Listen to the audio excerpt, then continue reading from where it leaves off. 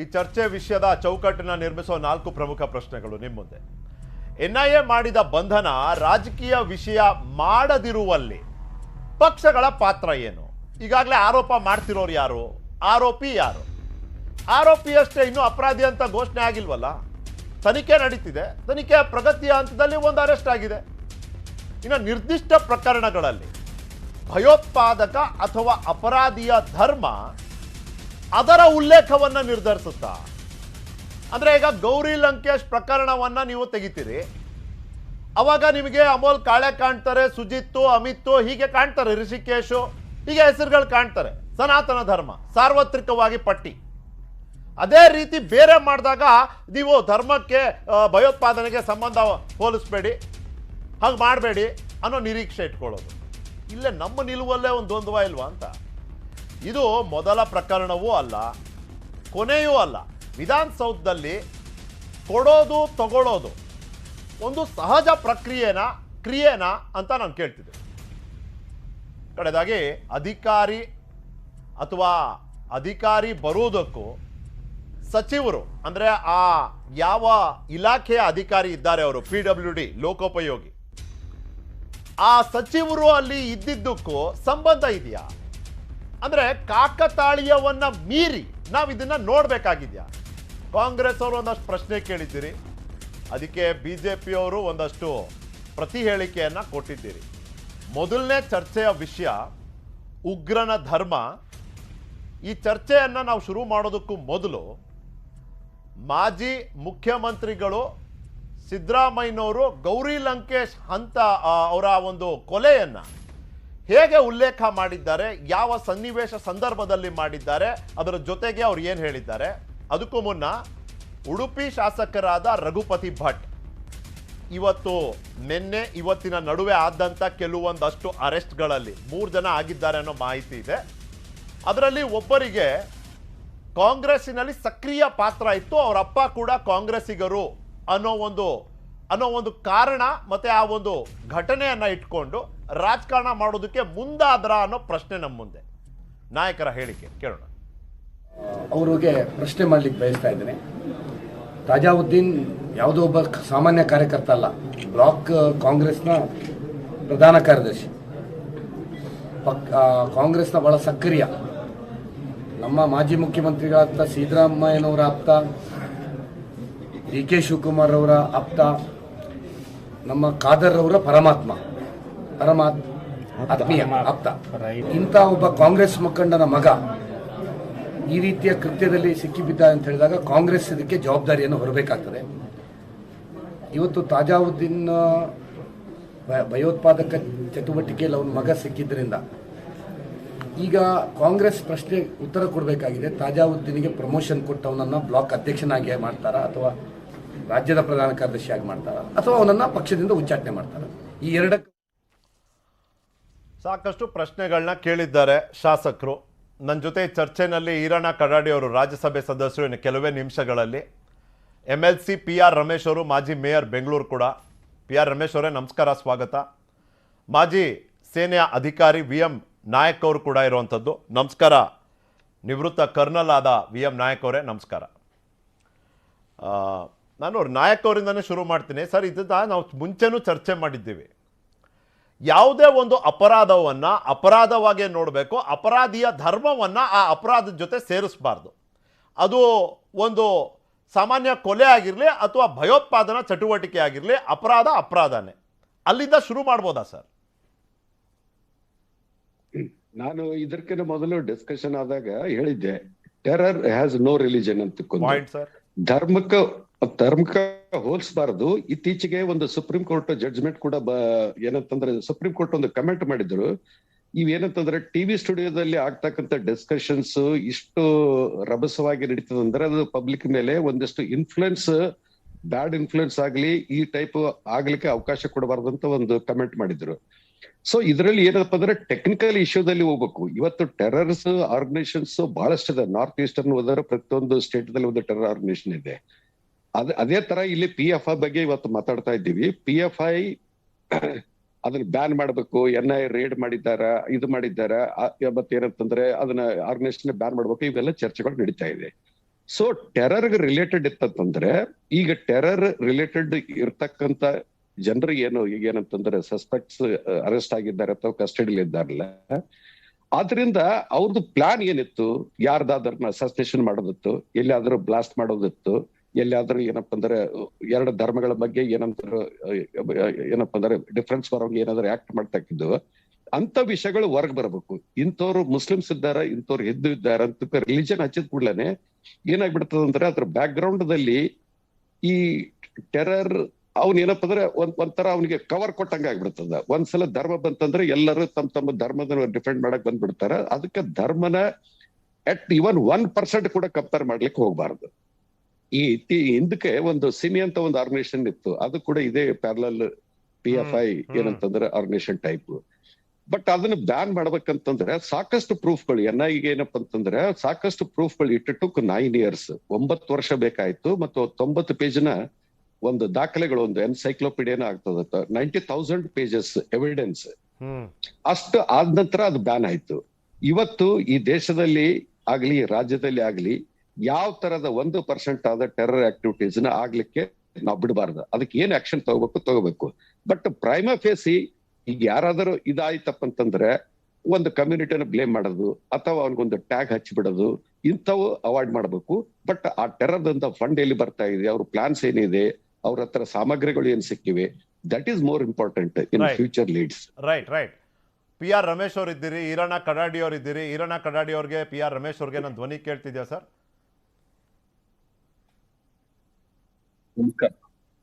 ಕೇಳ್ತಾ ಇದೆ ನಿಖಿಲ್ ಅವ್ರು. ನಮಸ್ಕಾರ. ನಮಸ್ಕಾರ ಸರ್. ನಮಸ್ಕಾರ ಸರ್. PR ರಮೇಶ್ ಅವರೇ, ಇವತ್ತು ಗೌರಿ ಹಂತಕರು ಸನಾತನ ಧರ್ಮದವರು, ಸ್ವಲ್ಪ ಜನರಲೈಸ್ ಮಾಡ್ದಂಗೆ ಆಗ್ಲಿಲ್ವಾ ಸರ್?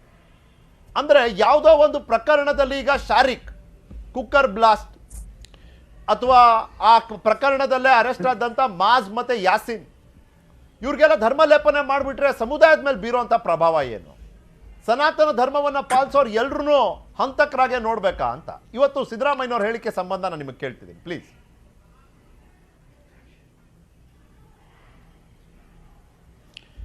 ನೋಡಿ, ಇವತ್ತು ಗೌರಿ ಲಂಕೇಶ್ ಅವರ ಒಂದು ಹತ್ಯೆ ಆಗಿರ್ತಕ್ಕಂಥದ್ದು ಭಾಳ ವರ್ಷಗಳು ಅದು ತಿಳಿದೇ ಇರತಕ್ಕಂಥದ್ದು ತಮಗೆ ಗೊತ್ತಿದೆ.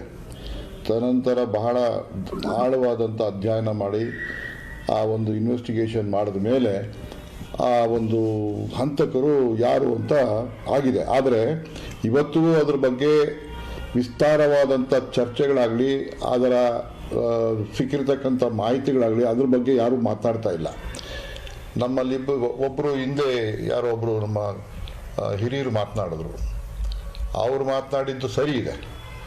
ಈ ಭಯೋತ್ಪಾದಕೆನ ನಾವು ವೈಭವೀಕರಿಸ್ತಾ ಇರತಕ್ಕಂಥದ್ದು ರಾಜಕೀಯಕ್ಕೆ ಸೀಮಿತವಾಗ್ತಾ ಇರತಕ್ಕಂಥದ್ದು ನೋಡ್ತಾ ಇದ್ದೇವೆ. ಈಗ ಮಂಗಳೂರಲ್ಲಿ ಕೆಲವು ವರ್ಷಗಳ ಹಿಂದೆ ಒಬ್ಬ ಬಾಂಬ್ ಬ್ಲಾಸ್ಟ್ ಮಾಡ್ದ. ಅವರು ಒಬ್ಬ ಹಿಂದೂ ಹುಡುಗ ಆಗಿದ್ದ. ಅವನ್ನ ನೇರವಾಗಿ ಅವನನ್ನು ಒಬ್ಬ ಹುಚ್ಚ, ಅವನು ಬುದ್ಧಿ ಸರಿ ಇಲ್ಲದೆ ಇರತಕ್ಕಂಥ ವ್ಯಕ್ತಿ ಅಂತೇಳಿ ಬಿಂಬಿಸಿದ್ರು.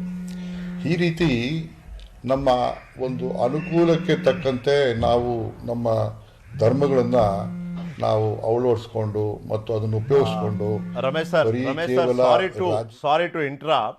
ಅಂದ್ರೆ ನಾವು ನ್ಯೂಸ್ 18 ಮೂಲಕ ತಪ್ಪು ಮಾಹಿತಿ ಹೊರಗೆ ಹೋಗಬಾರ್ದು ಅನ್ನೋದಷ್ಟೇ ಉದ್ದೇಶ. ಆದಿತ್ಯ ಅನ್ನೋ ವ್ಯಕ್ತಿ ಮಂಗಳೂರು ಏರ್ಪೋರ್ಟ್ನಲ್ಲಿ ಇಟ್ಟಂತ ಬ್ಯಾಗು ಸ್ಫೋಟಗೊಳ್ಳಿಲ್ಲ ಸರ್. ಅದರಲ್ಲಿ ಸಂಶಯ ಮೂಡುವಂಥ ಒಂದಷ್ಟು ಬ್ಯಾಟ್ರಿಗಳು, ವೈರ್ಗಳಿದ್ವು.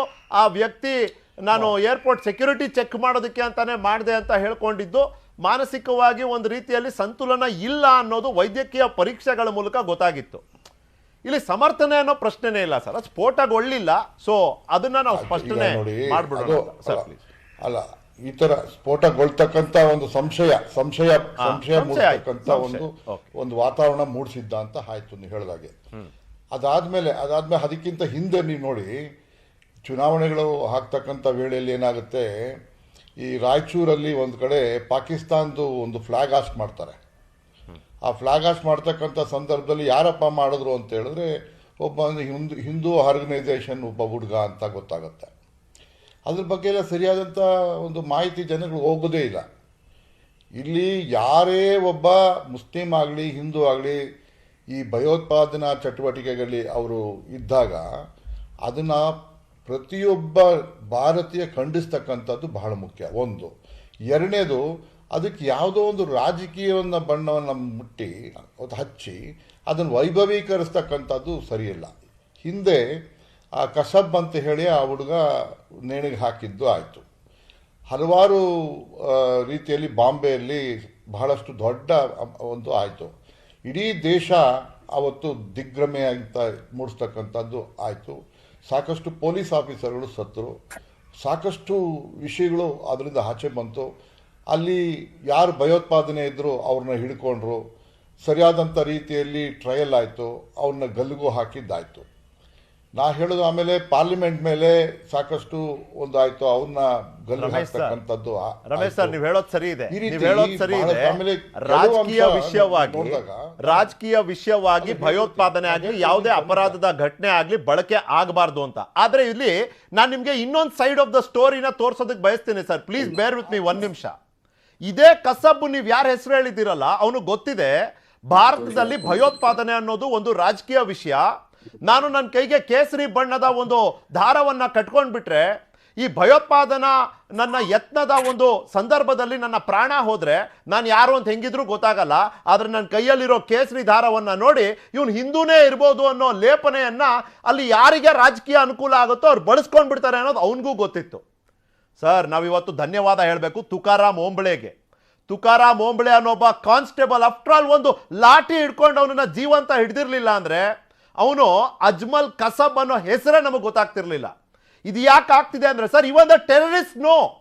PR Ramesh sir, even the terrorist no. ಭಾರತದಲ್ಲಿ ಭಯೋತ್ಪಾದನೆ ರಾಷ್ಟ್ರೀಯ ಭದ್ರತೆ ವಿಷಯ ಅಲ್ಲ, it is an issue of politics. ಸಿದ್ದರಾಮಯ್ಯನವ್ರನ್ನ ಮಾತು ಕೇಳೋಣ ಈಗ. 1 ನಿಮಿಷದಲ್ಲಿ ಅದನ್ನ ಪ್ಲೇ ಮಾಡ್ತಿದ್ದೀನಿ. ಈರಣ್ಣ ಕಡಾಡಿ ಅವ್ರಿಗೆ ನನ್ನ ಧ್ವನಿ ಕೇಳ್ತಿದೆ ಅಂತ ಭಾವಿಸ್ತೀನಿ. ಸಿದ್ದರಾಮಯ್ಯನವರು ಗೌರಿ ಲಂಕೇಶ್ ಹತ್ಯೆಯನ್ನ ಇವತ್ತು ಮರು ಉಲ್ಲೇಖ ಮಾಡಿದ್ರು. ಆ ಸಂದರ್ಭದಲ್ಲಿ ಏನ್ ಹೇಳಿದ್ರು ಸಿದ್ದರಾಮಯ್ಯನವ್ರ ಮಾತು? ಗೌರಿ ಲಂಕೇಶ್ ಕೊಂದವ್ರು ಯಾರು? ಸನಾತನ ಧರ್ಮದವರು. ಸನಾತನ ಧರ್ಮ ಅಂದ್ರೆ ಯಾರು? RSS. ಗೊತ್ತಾಯ್ತಾ? ಸನಾತನ ಧರ್ಮ RSS.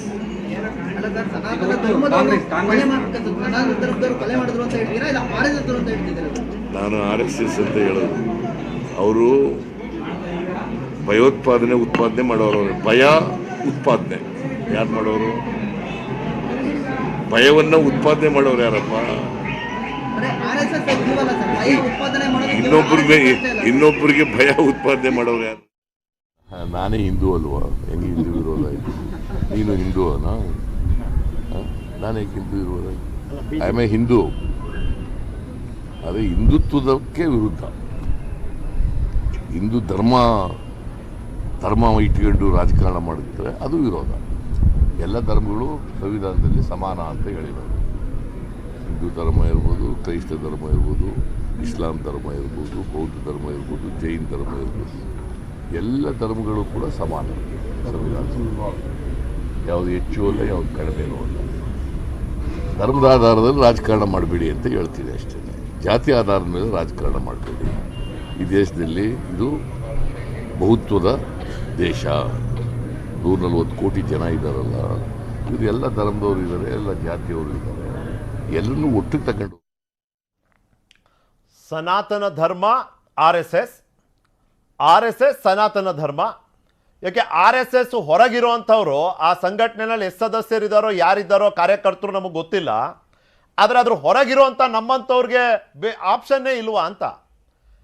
ಈರಣ್ಣ ಕಡಾಡಿ ಅವರೇ ನೋಡಿ, ಈಗ ಹೇಗೆ ಸಾರ್ವತ್ರಿಕವಾಗಿ ಒಬ್ಬರನ್ನ ಒಂದು ಪ್ರಕರಣ ಹಿಡಿದು ಇಡೀ ಸಮುದಾಯವನ್ನ ಅಥವಾ ಒಂದು ಸಂಘಟನೆಯನ್ನ ದೂಷಿಸಬಾರ್ದು, ಅದೇ ರೀತಿ ಯಾವುದೋ ಒಂದು ಪರ್ಟಿಕ್ಯುಲರ್ ಸಮುದಾಯದವರು ಅರೆಸ್ಟ್ ಆಗ್ತಾರೆ ಅಂದಾಗ ಆ ಸಮುದಾಯವನ್ನ ಗುರಿ ಹಾಕ್ಸುವಂತ ಕೆಲಸ ಕೂಡ ರಾಜಕಾರಣಿಗಳು ಮಾಡಬಾರ್ದು.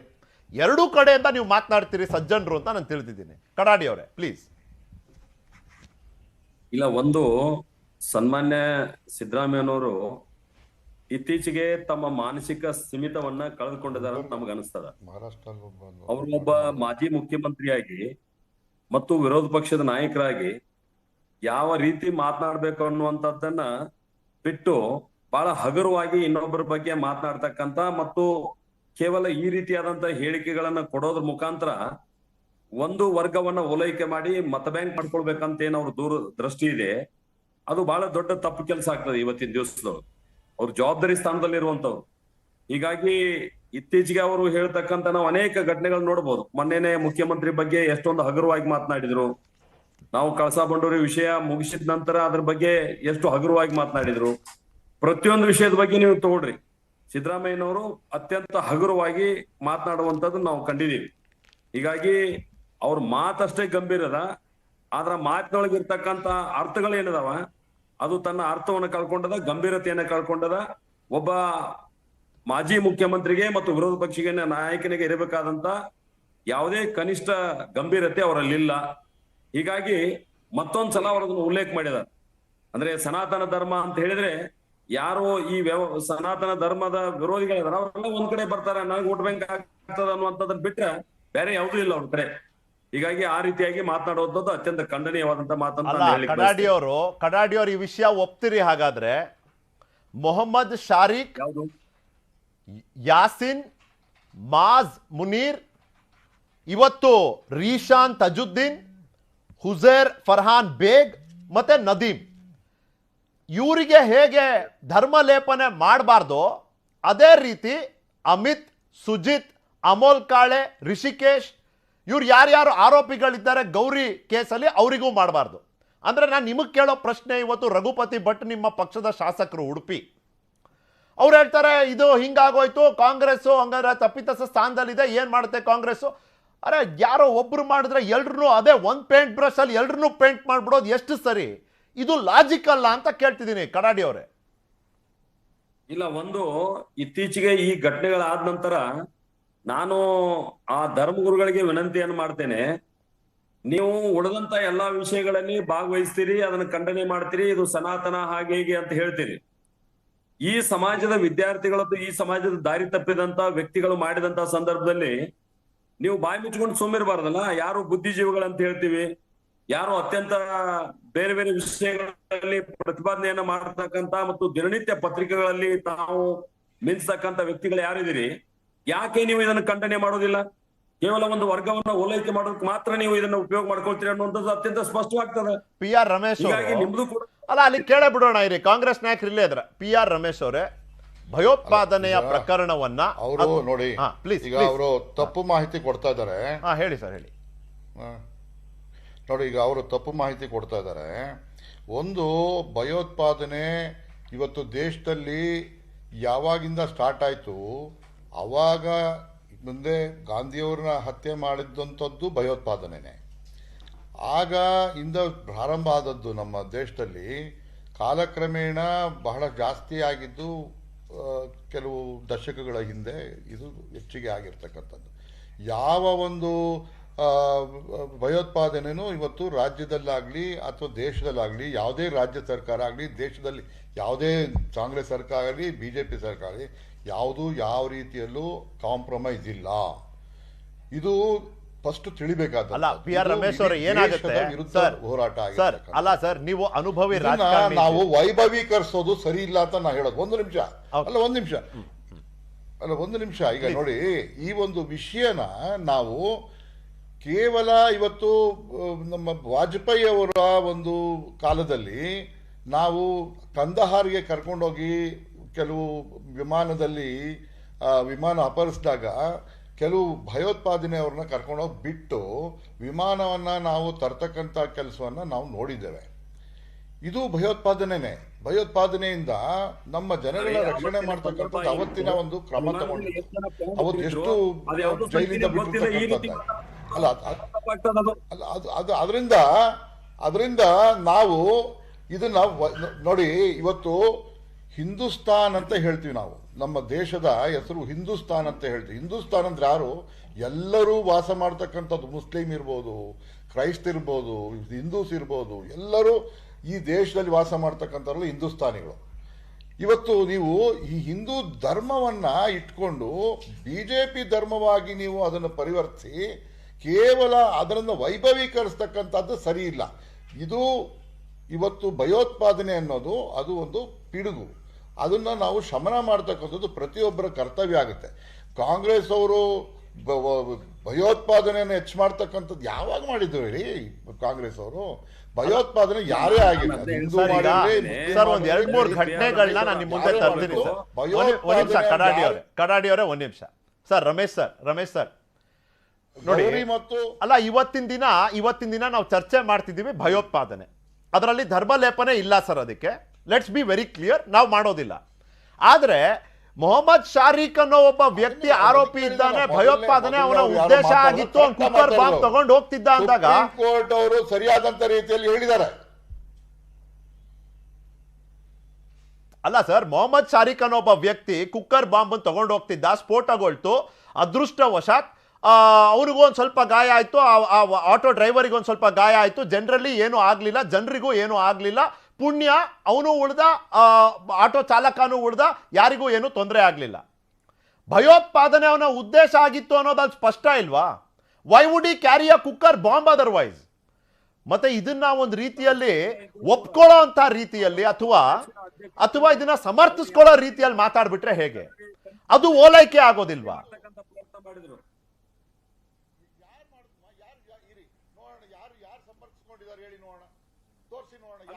ನೀವು ಅದನ್ನ ಆಚೆ ಕಡೆ ಬನ್ನಿ, ಅದರ ಎಂಕ್ವೈರಿ ಆಗ್ತಾ ಇದೆ, ಅದ್ರ ಇನ್ವೆಸ್ಟಿಗೇಷನ್ ಆಗ್ತಾ ಇದೆ. ಅದರಿಂದ ಪೂರ್ತಿ ಪ್ರಮಾಣದ ಇನ್ವೆಸ್ಟಿಗೇಷನ್ ಆಚೆ ಬನ್ನಿ ಸರ್. ಆ ಇನ್ವೆಸ್ಟಿಗೇಷನ್ ಭಾಗವಾಗಿ ಇವತ್ತು ನಿಮ್ಮ ಪಕ್ಷದ ನಾಯಕರಾದ ತಜುದ್ದೀನ್ ಅವರ ಮಗ ರೀಶಾನ್ ತಜುದ್ದೀನ್ ಅರೆಸ್ಟ್ ಮಾಡಿರೋದು ಸರ್. ನನಗೆ ಗೊತ್ತಿರುವಂತ ಕೆಲವು ಮಾಹಿತಿಯನ್ನ ನಿಮ್ ಜೊತೆ ಹಂಚ್ಕೊಳ್ಳೋದಿಕ್ಕೆ, ನಮ್ಮ ವೀಕ್ಷಕರ ಜೊತೆ ಹಂಚ್ಕೊಳ್ಳೋದಕ್ಕೆ ಬಯಸ್ತೇನೆ ಸರ್. ಯಾಸಿನ್ ಅನ್ನೋ ಒಬ್ಬ ಹುಡುಗ, ಇಲ್ಲಿ ಯಾರು ಪರಪ್ಪನ ಅಗ್ರಹಾರದಲ್ಲಿ ಮಾಜ್ ಮುನೀರ್ ಅನ್ನೋ ಜೊತೆ ಇವತ್ತು ಜೈಲ್ನಲ್ಲಿದ್ದಾನೆ. ಅವನು 20,000 ರೂಪಾಯಿ ಕ್ರಿಪ್ಟೋ ವಾಲೆಟ್ ಇಂದ ತೆಗೆದು ಕೊಟ್ಟಿದ್ದ ಸರ್. ಯಾರಿಗೆ? ಮೊಹಮ್ಮದ್ ಶಾರೀಕ್ಗೆ. ಅದು ಎಲ್ಲಿಂದ ಬಂತು ಆ 20,000 ರೂಪಾಯಿ? ಅವರ ISIS ಹ್ಯಾಂಡ್ಲರ್ಸ್ ಇಂದ. ಅದು ಯಾವ ದೇಶದಲ್ಲಿ ಕೂತಿದಾರೋ ಅವ್ರಿಗೆ ಗೊತ್ತು. ನಂತರ ಇವತ್ತು ರೀಶಾನ್ ತಜುದ್ದೀನ್ ಏನು ಅರೆಸ್ಟ್ ಮಾಡಿದ್ದಾರೆ, ಅದೇ ರೀತಿಯ ಟ್ರಾನ್ಸಾಕ್ಷನ್ ಮಾಡಿದ್ದಾನೆ ಅನ್ನೋ ಆಧಾರದ ಮೇಲೆ ಅರೆಸ್ಟ್ ಮಾಡಿರುವಂಥದ್ದು. ಇದನ್ನ ಯಾರು ಹೇಳಿದ್ದು? ಮಾಜ್. ಈ ಹೇಳಿಕೆ ಕೊಟ್ಟಿದ್ದು ಯಾವ ಆರೋಪಿ? ಮೊಹಮ್ಮದ್ ಶಾರೀಕ್ ಇವತ್ತು ಸುಟ್ಟ ಗಾಯಗಳಿಂದ ಹೊರಗೆ ಬಂದಿದ್ದಾನಲ್ಲ, ಇವತ್ತು ಚೇತರಿಕೆ ಆಗಿದೆ, ತನಿಖೆಗೆ ಒಳಪಡಿಸಿದ್ದಾರೆ. ಹೀಗಿದ್ದಾಗ ಸರ್, ಯಾವುದೇ ಒಂದು ದ್ವಂದ್ವ ಇಲ್ಲದೆ ಸ್ಪಷ್ಟ ನಿಲುವನ್ನ ಬಿಜೆಪಿ ಆಗಲಿ ಕಾಂಗ್ರೆಸ್ ಆಗಲಿ ಯಾಕೆ ತಗೋಬಾರ್ದು ಅಂತ. ಅದು ಯಾವ ಪಕ್ಷದವರೇ ಆಗಿರಲಿ, ಯಾವ ಧರ್ಮದವರೇ ಆಗಿರಲಿ, ಆಗಿರೋ ತಪ್ಪು full stop sir. Ramesh sir, ಆದ್ರೆ ಏನಾಗುತ್ತೆ, ಮಾಡಿರೋ ತಪ್ಪು ಆದರೆ ಅಂತ ಒಂದು ಪದ ಬರುತ್ತೆ ಸರ್, ಅಲ್ಲಿರೋದು ಡೇಂಜರ್. ರಮೇಶ್ ಅವ್ರು ಹೇಳಿ ಪ್ಲೀಸ್. ಅಲ್ಲ, ಆದರೆ ಅನ್ನೋದು ಯಾವಾಗ ಬರುತ್ತೆ ಅಂದ್ರೆ, ಅದು ಸರಿಯಾದಂತ ಒಂದು ಇನ್ವೆಸ್ಟಿಗೇಷನ್ ಆಗದೆ ಕೇವಲ ಅರ್ಧಂಬರ್ಧ ಮಾಡಿ ನೀವು ತಿಳಿತಕ್ಕಂಥದ್ದು ಸರಿಯಲ್ಲ. ಇಲ್ಲಿ ಅವರು ಕೊಟ್ಟಿರ್ತಕ್ಕಂಥದ್ದು ನಿಜಾನೇ ಆದ್ರೆ ಅದನ್ನು ಒಪ್ಪಲೇಬೇಕಾಗತ್ತೆ ಇನ್ವೆಸ್ಟಿಗೇಷನ್ ಅಲ್ಲಿ. ಇವತ್ತು ಇನ್ವೆಸ್ಟಿಗೇಷನ್ ಇಟ್ಕೊಂಡು ಅದನ್ನ ಇನ್ವೆಸ್ಟಿಗೇಷನ್ ಆಗೋದಕ್ಕಿಂತ ಮುಂಚೆನೆ ಪೂರ್ವಾಗ್ರಹ ಕಾಂಗ್ರೆಸ್ ಪಕ್ಷದ ಅಧ್ಯಕ್ಷರು ಹೇಳ್ತಾರಲ್ಲ, ಹಸ್ತಕ್ಷೇಪ ಆಗ್ತದ ಅಂತ ಅನ್ಸೋದಿಲ್ಲ ನಿಮ್ಗೆ? ಯಾವಾಗ ಪಕ್ಷದ ಒಬ್ಬ ಅಧ್ಯಕ್ಷರು ಈ ರೀತಿಯಾದಂತಹ ಚಟುವಟಿಕೆ ಆದಂತ ಸಂದರ್ಭದಲ್ಲಿ ಹೇಳಿಕೆಯನ್ನು ಕೊಟ್ರೆ ಅದು ಹಸ್ತಕ್ಷೇಪ ಅಂತ ಅನ್ಸೋದಿಲ್ಲ ರಾಜ್ಯ ಜನರಿಗೆ? ಹಲವಾರು ಹಸ್ತಕ್ಷೇಪ ಮಾಡ್ತಿರೋದು ಅಲ್ಲ. ನೋಡಿ, ಇವತ್ತು ನೀವು ಸರಿಯಾದಂತ ರೀತಿಯಲ್ಲಿ ಇನ್ವೆಸ್ಟಿಗೇಷನ್ ಮಾಡಿ, ಆ ಇನ್ವೆಸ್ಟಿಗೇಷನ್ ಮಾಡ್ತಕ್ಕಂಥ ಏಜೆನ್ಸಿಗಳಿಗೆ ಸರಿಯಾದಂತ ಒಂದು ಅವಕಾಶ ಮಾಡಿಕೊಡಿ. ನೀವು ರಾಜಕೀಯವಾಗಿ ಇನ್ವಾಲ್ವ್ ಆದಾಗ ಅದು ವೈಭವೀಕರಣ ಆಗುತ್ತೆ. ಯಾಕೆ ಆ ಥರ ಮಾಡ್ತೀರಿ? ಇವತ್ತು ಅದಕ್ಕೆ ಯಾವುದೇ ಥರದ ಜಾತಿ ಪಂಗಡ ಇಲ್ಲ, ಆದ್ರೆ ನೀವು ಜಾತಿನ ಅದನ್ನ ಲೇಪಿಸ್ತೀರಾ, ಅದಕ್ಕೆ ಪೇಸ್ಟ್ ಮಾಡ್ತೀರಾ. ಯಾಕೆ ಮಾಡ್ತೀರಾ? ಅದು ನಾನು ಹೇಳೋದು.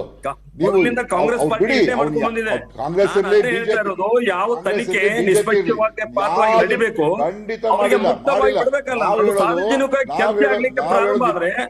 ತನಿಖೆ ಮಾಡ್ತಕ್ಕಂಥ ಅಧಿಕಾರಿ ಮನಸ್ಸಿನಲ್ಲಿ ಏನ್ ಬರ್ತದೆ, ಯಾವ ರೀತಿ ಒತ್ತಡ ಆಗ್ತದೆ, ಅದನ್ನ ನೀವು ಗಮನಿಸಬೇಕಲ್ಲ.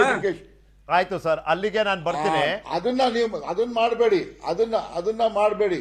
ನಿಮ್ಮ ಕೆಲವು ಮಿನಿಸ್ಟ್ರುಗಳೇ ಹೇಳ್ತಾರೆ ಮಧ್ಯದಲ್ಲಿ, ಇದು ಹಾಗಾಗತ್ತೆ, ಇದು ಹೀಗಾಗತ್ತೆ, ಹಿಂಗ್ ಮಾಡಬೇಕಾಗಿತ್ತು, ಹಂಗ್ ಮಾಡಬೇಕಾಗಿತ್ತು ಅಂತ ನಿಮ್ಮ ಹೋಮ್ ಮಿನಿಸ್ಟರ್ ಹೇಳಿದ್ದಾರೆ. ಎಲ್ಲಿ? ಹೌಸ್ ಅಲ್ಲಿ, ದಟ್ ಈಸ್ ಸೆಷನ್ ಅಲ್ಲೇ ಹೇಳ್ತಾರೆ ಅವರು. ಈ ತರದ್ದು ಹೇಳ್ತಕ್ಕಂಥದ್ದು ಸರಿಯಲ್ಲ. ಆದ್ರಿಂದ ನೀವು ಬಿಡಿ, ಅವ್ರನ್ನ ಪೊಲೀಸ್ ಅವ್ರನ್ನ ಸರಿಯಾದಂತ ಕ್ರಮವನ್ನ ತಗೊಳ್ಳೋದು ಬಿಡಿ. ಅವ್ರು ಯಾರೇ ಆಗಲಿ, ಕಾಂಗ್ರೆಸ್ ಅವರಲ್ಲಿ ಬಿಜೆಪಿ ಇರಲಿ, ಆಚೆ ಬರಲಿ, ಜನರಿಗೆ ಗೊತ್ತಾಗ್ಲಿ, ಮತ್ತು ಅವ್ರ ಪನಿಷ್ಮೆಂಟ್ ಆಗಲಿ. ಇಂಥ ಚಟುವಟಿಕೆಗಳು ಯಾರೇ ಆಗಲಿ ಅದನ್ನ ಇನ್ವಾಲ್ವ್ ಆಗಬಾರ್ದು. ಆದರೆ ಇವತ್ತು ನಮ್ಮ ನಾಯಕರುಗಳು ಹೇಳ್ತಕ್ಕಂಥದ್ದು ಯಾವ ರೀತಿಯಲ್ಲಿ ಗೌರಿದಾಗಿರ್ಬೋದು, ದೊಳೆಕರ್ದಿರ್ಬೋದು, ಅಂತ ಒಂದು ಮರ್ಡರ್ಗಳಾಯ್ತು ಅಥವಾ ಅಂತ ಒಂದು ಹತ್ಯೆಗಳಾಯ್ತಲ್ಲ, ಅದನ್ನ ಸರಿಯಾದಂಥ ರೀತಿಯಲ್ಲಿ ನೀವು ಮಾಡ್ತಾ ಇಲ್ವಲ್ಲ, ಯಾಕೆ ಅನ್ನೋದು ಪ್ರಶ್ನೆ ಅವ್ರದ್ದು ಅಷ್ಟೇ. ಇದನ್ನ ನೀವು ಮಾಡ್ತಕ್ಕಂಥದ್ದು ಒಪ್ಕೋತೀವಿ, ಆದ್ರೆ ಅದನ್ನು ಅದೇ ತರ ಮಾಡಿ ಅಂತ ಅವ್ರು ಹೇಳ್ತಾ ಇರೋದು. ಅಂದ್ರೆ ಕಡಾಡಿಯವರೇ ತನಿಖೆ ಸರಿಗಾಗ್ತಾ ಇಲ್ಲ, ವಿಶ್ವಾಸ ಮೂಡಿಸುವಂತ ತನಿಖೆ ಆಗ್ಬೇಕು. ಸರ್ಕಾರ ಇಂಥ ಕೆಲವು ಪ್ರಕರಣಗಳನ್ನ ಮಾತ್ರ ಒಂದು ರೀತಿಯಲ್ಲಿ ವೈಭವೀಕರಿಸಿ ರಾಜಕೀಯ ಲಾಭ ಪಡ್ಕೊಳ್ಳುತ್ತೆ ಅನ್ನೋದು ರಮೇಶ್ ಅವರ ಮಾತಿನ ಅರ್ಥ ಅಂತ ನಾನು ಭಾವಿಸ್ತೀನಿ. ಅವರು ಪದೇ ಪದೇ ಹೇಳ್ತಿದ್ದಾರೆ ತನಿಖೆ ಸರಿಗಾಗ್ಲಿಲ್ಲ, ತನಿಖೆಯ ಸಂಸ್ಥೆಗಳಿಗೆ, ತನಿಖಾಧಿಕಾರಿಗಳಿಗೆ ಅವಕಾಶ ಮಾಡಿಕೊಡಿ. ಇದರ ಅರ್ಥ ಏನು ಅಂದ್ರೆ ತನಿಖೆ ಬಗ್ಗೆ ಸಂಶಯ ಇದೆ, ನೀವು ರಾಜಕೀಯ ಲಾಭ ಪಡ್ಕೊಳ್ಳೋ ದಿಕ್ಕಿನಲ್ಲೇ ಈ ತನಿಖೆಯನ್ನ ಸಾಗಿಸ್ತಿದ್ದೀರಿ ಅಂತ. ಹೌದಾ?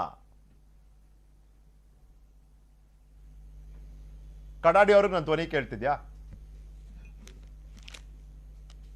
ಒಂದ್ ನಿಮಿಷ ಬ್ರೇಕ್ ಹೋಗಿ ಬರ್ತೀನಿ, ಆ ಲೈನ್ ರೀಕನೆಕ್ಟ್ ಮಾಡ್ತೀನಿ. ಇಲ್ಲಿ ಸ್ಟುಡಿಯೋನಲ್ಲಿ ನನ್ನ ಜೊತೆ JDS ಚರಣ್ ಗೌಡ ಅವರು ಕೂಡ ಜಾಯ್ನ್ ಆಗಿರುವಂತದ್ದು. ಚರ್ಚೆ ಮುಂದುವರಿಯುತ್ತೆ. To the point. ನಮಸ್ಕಾರ ಚರಣ್ ಗೌಡ ಅವರೇ, ಸ್ವಾಗತ ನಿಮಗೆ. ನಮಸ್ಕಾರ ಚರಣ್ ಗೌಡ ಅವರೇ, ನೋಡಿ, ಜಾತ್ಯತೀತ ಜನತಾದಳ ಅಂತ ನೀವು ಹೆಸರಿಟ್ಕೊಂಡಿದ್ದೀರಿ. ಜಾತ್ಯತೀತ ಅಂದ್ರೆ ಒಂದು ರೀತಿಯಲ್ಲಿ ಸಮಭಾವ, ಯಾವುದೇ ಧರ್ಮದವ್ರು ಆಗಿದ್ರು ಕೂಡ ಒಂದೇ ರೀತಿನಲ್ಲಿ ನೋಡುವಂಥದ್ದು. ಅಪರಾಧವನ್ನ ಅಪರಾಧವಾಗಿ ನೋಡ್ಬೇಕು, ಅದಕ್ಕೆ ಧರ್ಮ ಲೇಪನ ಮಾಡಬಾರದು. ಇವತ್ತು ಸಿದ್ದರಾಮಯ್ಯನವ್ರು ಕೊಟ್ಟಂತ ಹೇಳಿಕೆ, ಆ ಕಡೆ ರಘುಪತಿ ಭಟ್ ಅವ್ರು ಕೊಟ್ಟಂತ ಹೇಳಿಕೆ, ಒಂದ್ರ ವಿರುದ್ಧ ಒಂದು ಹೋಲಿಸಿ ನೋಡೋಣ. ಇವ್ರು ಹೇಳ್ತಾರೆ ಸನಾತನ ಧರ್ಮದವರು ಗೌರಿ ಲಂಕೇಶ್ ಅವರ ಹತ್ಯೆಯಲ್ಲಿ ಆರೋಪಿಗಳು ಸನಾತನ ಧರ್ಮದವರು. ಅವ್ರು ಹೇಳ್ತಾರೆ ಕಾಂಗ್ರೆಸ್ ಪಕ್ಷದವರು ರೀಶಾನ್ ತಜುದ್ದೀನ್ ಅವರ ಮಗ. ಹಾಗೆ ಒಂದು ಸಂಘಟನೆ ಅಥವಾ ಒಂದು ಪಕ್ಷ ಅಥವಾ ಅದರ ಒಲವು ಯಾವ ಸಿದ್ಧಾಂತದ ಕಡೆ ಇದೆ ಅದನ್ನ ಹೋಲಿಸಿ ಈ ಅಪರಾಧದ ಒಂದು ತೀವ್ರತೆ, ಗಾಂಭೀರ್ಯತೆಯನ್ನ ಕ್ಷೀಣಿಸ್ತಿರುವಂಥ ಈ ವ್ಯವಸ್ಥೆ, ನಿಮ್ಮ ಪಕ್ಷದ ನಿಲುವೇನಾಗಿದೆ? ನೋಡಿ, ಈಗ ಗೌರಿ ಲಂಕೇಶ್ ಹತ್ಯೆಯಾಗಿ ಸುಮಾರು ವರ್ಷಗಳಾಯಿತು. ಅದರಿಂದ ಹಿಂದೆ ಯಾವುದ್ಯಾವುದಿದೆ ಅಂತ ಗೊತ್ತು, ಎಲ್ಲರಿಗೂ ಗೊತ್ತಿರೋದೇ ಮುಗೀತು. ಇವತ್ತು ಎಲೆಕ್ಷನ್ ಹತ್ರ ಇದೆ ಅಂತ ಸಿದ್ದರಾಮಯ್ಯನವರು ಯಾವುದೋ ಸನಾತನ ಧರ್ಮದ ಬಗ್ಗೆ ಹೇಳೋದು, ಅಥವಾ BJPಯವರು ಹೋಗಿ ಅಲ್ಪಸಂಖ್ಯಾತರ ಬಗ್ಗೆ ಹೇಳೋದು, ಇಲ್ಲಿ ಏನೋ ಒಂದು ಕೋಮು ಸೃಷ್ಟಿ ಮಾಡಿ ಯಾವುದೋ ಒಂದು ಪರ್ಟಿಕ್ಯುಲರ್ ಸಮುದಾಯನೋ ಒಂದು ಧರ್ಮದ ಮತಗಳನ್ನ ಸೆಳ್ಕೊಳಕ್ಕೆ ಇಂಥ ಒಂದು ದೂರದೃಷ್ಟಿಯ ನಾಯಕರು ಇಂಥ ಹೇಳಿಕೆ ಕೊಡೋದು. ಆಯ್ತು, JDS ಯಾಕೆ ಒಂದು ಸ್ಪಷ್ಟ ನಿಲುವು ತಗೋಬಾರ್ದು ಈ ಪ್ರಕರಣದಲ್ಲಿ? ಸ್ಪಷ್ಟ ನಿಲುವು ಅಲ್ಲ, ನಮ್ಮದು ಕ್ಲಿಯರ್. ಯಾವುದನ್ನ ಒಂದು ಕೃತ್ಯ ನಡೆದರೆ ಆ ಕೃತ್ಯಕ್ಕೆ ನಾವು ಆ ನಡೆದಿರೋ ಕೃತ್ಯಕ್ಕೆ ಯಾವತ್ತೂ ವಿರುದ್ಧವಾಗಿರ್ತೀವಿ. ಆ ಕೃತ್ಯ ಯಾರು ಮಾಡಿದ್ದಾರೆ ಅವ್ರಿಗೆ ಜೈಲು ಶಿಕ್ಷೆನೂ ಆಗಬೇಕು, ತನಿಖೆನೂ ಆಗಬೇಕು, ಎಲ್ಲ ಹಂತದಲ್ಲಿ ಅವ್ರಿಗೆ ಶಿಕ್ಷೆಗಳಾಗಬೇಕೇ ಹೊರತು ಅದಕ್ಕೊಂದು ಧರ್ಮಲೇಪನ ಬಳಿಯೋದು, ಒಂದು ಕೋಮುವಾದ ತಳ್ಳೋವಂಥದ್ದು, ಅಥವಾ ಸಿದ್ದರಾಮಯ್ಯನವ್ರು ಕೊಡೋವಂಥ ಹೇಳಿಕೆಗಳಿದೆಯಲ್ಲ, ಅಥವಾ BJPಯವರು ಅಥವಾ RSSನವರು ಸಂಘ ಪರಿವಾರದವ್ರು ಕೊಡೋ ಹೇಳಿಕೆಗಳಿಗೆ ನಾವು ಯಾವತ್ತೂ ವಿರುದ್ಧವಾಗಿದ್ದೀವಿ. ಜಾತ್ಯತೀತ ಈಗ ಕಾಂಗ್ರೆಸ್ ನೀವು ಹೇಳ್ತೀರಿ ಬಹಳ ಸ್ಪಷ್ಟವಾಗಿ, ಮೊಹಮ್ಮದ್ ಶಾರೀಕ್ ಕುಕ್ಕರ್ ಬಾಂಬು ತಪ್ಪು, ಜೈಲ್ ಆಗ್ಬೇಕು, ಯಾವುದೇ ಕಾರಣಕ್ಕೂ. ನನ್ನ ಝೀನಲ್ಲಿ ಹೋಗಿ ನಾನೇ ಡಿಬೇಟ್ ಮಾಡಿದ್ದೀನಿ. ಮೊಹಮ್ಮದ್ ಶಾರೀಕ್ ಆ ಕುಕ್ಕರ್ ಬ್ಲಾಸ್ಟ್ ಅಲ್ಲಿ ಸ್ಪಷ್ಟವಾದ ತನಿಖೆ ನಡಿಬೇಕು, ಅವನು ಅದ್ರೊಳಗಿದ್ರೆ ಅವನ್ನ ನೇಣ ಹಾಕ್ಬೇಕು ಅಂತಾನು ಹೇಳಿದ್ದೀವಿ. ಅದು ಅದಕ್ಕೆ ಯಾವುದಕ್ಕೂ ನಾವು ಹಿಂದೆ ಸಮುದಾಯದ ಮತಗಳಿಗಾಗಿ ಓಲೈಕೆ ಅವೆಲ್ಲ ಆಗಬಾರ್ದು. ಇಲ್ಲ, ಅದೊಂದು ಕೃತ್ಯ ಸರ್. ಅದಕ್ಕೆ ಯಾವುದೇ ಮತ, ಸಮುದಾಯ, ಧರ್ಮನ ಅದಕ್ಕೆ ಲೇಪನ ಮಾಡಬಾರ್ದು. ಯಾರು ಕಾಂಗ್ರೆಸ್ನವ್ರು ಮಾಡಿದ್ರು ತಪ್ಪೇ, BJPಯವ್ರು ಮಾಡಿದ್ರು, ಜನತಾದಳದವ್ರು ಮಾಡಿದ್ರು ತಪ್ಪೇ. ಅದು ಅಲ್ವಾ? 100% ತಪ್ಪದು. BM ನಾಯಕ್ ಅವರೇ, ಇಲ್ಲಿ ಏನ್ ಗೊತ್ತಾ, ಅಪರಾಧಿ ಯಾರು ಇರ್ತಾನಲ್ಲ, ಇಲ್ಲಿ ಒಂದು ಸೆಲೆಕ್ಟಿವ್ ಉಲ್ಲೇಖ ಇದೆ. ಎಷ್ಟು ಟ್ರಿಕ್ಕಿ ಇದೆ ನೋಡಿ ಈ ಪರಿಸ್ಥಿತಿ. ಸೆಲೆಕ್ಟಿವ್ ಉಲ್ಲೇಖ ಹೇಗಪ್ಪ ಅಂದ್ರೆ, ಅಪರಾಧಿ ಯಾರು ಇರ್ತಾನಲ್ಲ ಅದ್ರ ಮೇಲೆ ನಾವು ಡಿಸೈಡ್ ಮಾಡ್ತೀವಿ ಎಷ್ಟು ಗಂಭೀರ ಆ ಪ್ರಕರಣ, ಅಪರಾಧಿಯ ಧರ್ಮ ಏನಾಗಿರುತ್ತಲ್ಲ ಅದ್ರ ಮೇಲೆ ನಾವು ಡಿಸೈಡ್ ಮಾಡ್ತೀವಿ ಇದಕ್ಕೆ ಎಷ್ಟು ಒಂದು ರೀತಿಯಲ್ಲಿ ಅಟೆನ್ಷನ್ ಸಿಗಬೇಕು, ಗಮನ ಸಿಗಬೇಕು ಅಂತ. ಇದು ಸರಿನಾ? ಇದು ಬಿಲ್ಕುಲ್ ಸರಿ ಇಲ್ಲ. ಒಂದು ಯಾವುದೇ ಟೆರರ್ ಆರ್ಗನೈಸೇಷನ್ಸ್, ನಾನು 3 ಉದಾಹರಣೆಗಳನ್ನ ಕೊಡ್ತೀನಿ. ಪ್ಲೀಸ್. ಅಮೆರಿಕದವರು ಉಸಾಮಾ ಬಿನ್ ಲಾಡನ್ ಹಿಂದೆ ಬಿದ್ದಿದ್ರು. ಅದು complete it took more than 10 years. ಅವರು 10 to 15 years I think 2011 Osama bin Laden ಅವ್ರದ್ದು ಗುರಿ ಏನತ್ತಂದ್ರೆ, we have to catch him and we have to kill him. ಅದೇ ತರ ವೀರಪ್ಪನು 30 ವರ್ಷ ಜಂಗಲ್ದ ರಾಜ ಇದ್ದ. 3 ಸ್ಟೇಟ್ಗೆ ಅಥವಾ 5 ಸ್ಟೇಟ್ಗೆ ಚೆಕ್ ಮಾಡ್ಕೊಡ್ತಾ ಇದ್ದ. ಒಂದು ದಿವಸ ಅದನ್ನು ಅಧ್ಯಾಯ ಮುಗೀತು. ಆಮೇಲೆ ಶ್ರೀಲಂಕಾ ಅಂತ ದೇಶ LTT ಅಂತ ಇಂಥ ಪವರ್ಫುಲ್ ಟೆರರ್ ಆರ್ಗನೈಸೇಷನ್ ಅದು ಕೂಡ 30 ವರ್ಷ ಆಳ್ವಿಕೆ ಮಾಡಿ ಒಂದ್ ದಿವಸ ಅದಕ್ಕೂ ಅಂತ್ಯ ಬಂತು. ಇಂಥವೆಲ್ಲ ಇರ್ತದಲ್ಲ, ಒಂದ್ ವೇಳೆ ವಿಲ್ ಪವರ್ ಇತ್ತಪ್ಪಂದ್ರೆ ಇವೆಲ್ಲ ಆರ್ಗನೈಸೇಷನ್ಸ್ ಒಂದು ದಿವಸ ಸರ್ವೈವ್ ಆಗಕ್ ಸಾಧ್ಯ ಇಲ್ಲ. ಇವು ಮುಗಿದು ಬಿಟ್ರೆ ಕಥೆನೇ ಮುಗೀತು. ಆದ್ರೆ ಏನಾಗ್ತದಂದ್ರೆ ವರ್ಷಗಳ ಕ್ರಮೇಣ ಏನಂತಂದ್ರೆ ಇವು ಎಲ್ಲ ಲೈವ್. ಇವತ್ತು ಒಂದು ಟೆರರ್ ಆರ್ಗನೈಸೇಷನ್ ಮತ್ತೊಂದು ಸ್ವಲ್ಪ ಬಿಟ್ಟ ನಂತರ ಇನ್ನೊಂದು ಇನ್ಸಿಡೆಂಟ್ ಆಗ್ತದ. ನಾವು ಚರ್ಚೆ ಮಾಡ್ತಾ ಹೋಗ್ತೀವಿ, ಒಂದೊಂದು ಇನ್ಸಿಡೆಂಟ್ ಇದು ಬೆಳಿತಾ ಹೋಗ್ತದೆ. And the worst thing is ಯಾವ್ದಾದ್ರು ಜಾತಿಗೆ ಅಟ್ಯಾಚ್ ಮಾಡ್ತಾರ, ಇಲ್ಲ ಕಮ್ಯುನಿಟಿಗೆ ಅಟ್ಯಾಚ್ ಮಾಡ್ತಾರ. ಏನಾಗ್ತದೆ ಅಂತಂದ್ರೆ ಅಲ್ಲ ನಾಯಕ್ ಸರ್ ಅಲ್ಲೇ ಇರೋದು ಅಪಾಯ. ಯು ಸಿ ನಾವು ದ ಟೆರರಿಸ್ಟ್ ಆರ್ಗನೈಸೇಷನ್ ಗಳಿಗೂ ಗೊತ್ತಿದೆ ಇದು.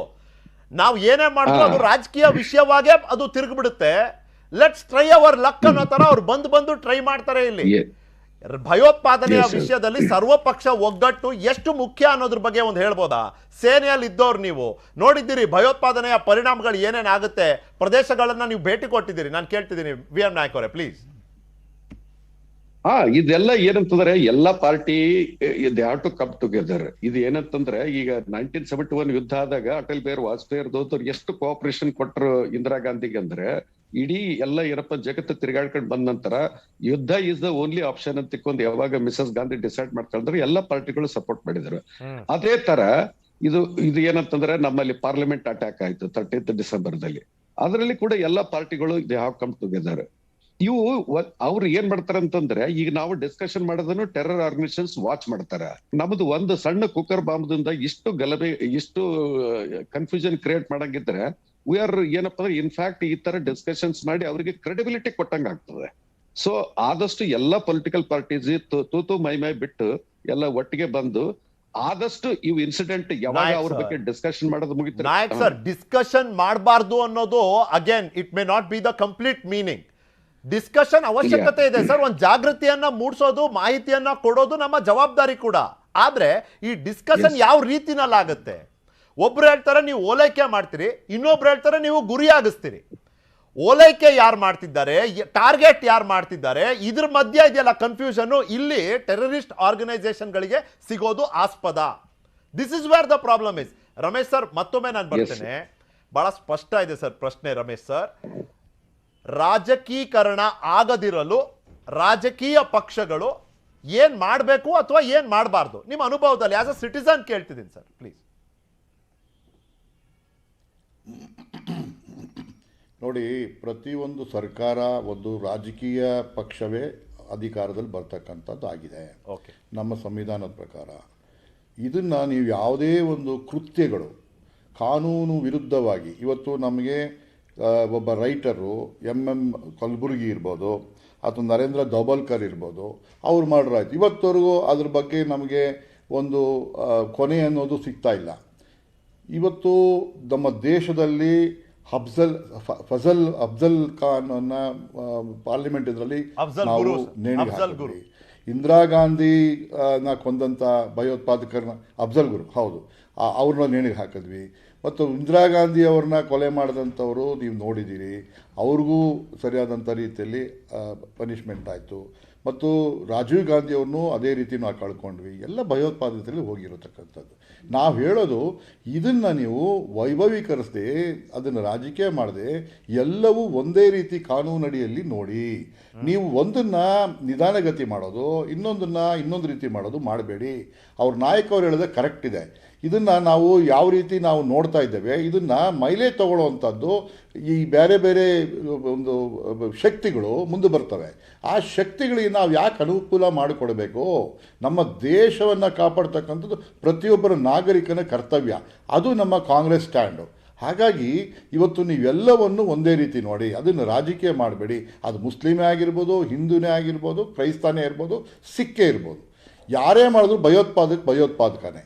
ಹಾಗಾಗಿ ನೀವು ಭಯೋತ್ಪಾದಕಕ್ಕೆ ಯಾವುದೇ ಥರದ ಒಂದು ಜಾತಿ ಲೇಪ ಮಾಡೋಕ್ಕೆ ಹೋಗಬೇಡಿ.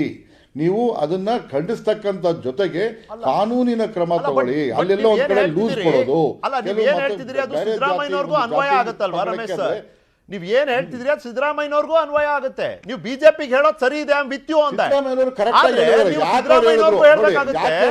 ಇದಕ್ಕೆ ನೀವು ಸನಾತನ ಧರ್ಮೀಯರಲ್ವಾ ಮಾಡಿದ್ದು ಅಂತ ಕೇಳ್ಬಿಟ್ರೆ ಏನದ್ರ ಅರ್ಥ? ಸಿದ್ದರಾಮಯ್ಯ ಹೇಳಿರೋದು ಕಂಟೆಸ್ಟ್ ನೋ ಅಲ್ಲ, ಹೌದು. ಈಗ ಕಂಟೆಸ್ಟ್ ನೋಡಿ, ಈಗ ಸಿದ್ದರಾಮಯ್ಯ ಕಂಟೆಸ್ಟ್ ಏನಂದ್ರೆ, ನೋಡಿ, ಗೌರಿ ಲಂಕೇಶ್ ಅವ್ರು ಇರ್ಬೋದು, ಎಂ ಗುಲ್ಬರ್ಗಿ ಅವ್ರು ಇರ್ಬೋದು, ಅಥವಾ ನರೇಂದ್ರ ದಾಬೋಲ್ಕರ್ ಇರ್ಬೋದು, ಇಂಥ ಒಂದು ಭಯೋತ್ಪಾದಕ್ಕೆ ಮನೆಗೆ ಹೋಗಿ ಅವ್ರನ್ನ ಒಡೆದು ಸರಿಯಾದಂಥ ಇನ್ವೆಸ್ಟಿಗೇಷನ್ ಆಗದೆ ಕೊನೆಗೆ ಕಾಂಗ್ರೆಸ್ ಸರ್ಕಾರ ಇದ್ದಾಗಲೇ ಇದು ಆಗಿರ್ತಕ್ಕಂಥದ್ದಾದಾಗ, ಅದು ಸರ್ಕಾರ ಸಿದ್ದರಾಮಯ್ಯ ಅವರು ಇದ್ದಾಗಲೇ ಆದಾಗ ಇವತ್ತವರೆಗೂ ಅದನ್ನು ಸರಿಯಾದಂಥ ರೀತಿಯಲ್ಲಿ ಮಾಹಿತಿ ಎಲ್ಲೂ ಬರ್ತಾನೆ ಇಲ್ಲ ಆಚೆ ಕಡೆ.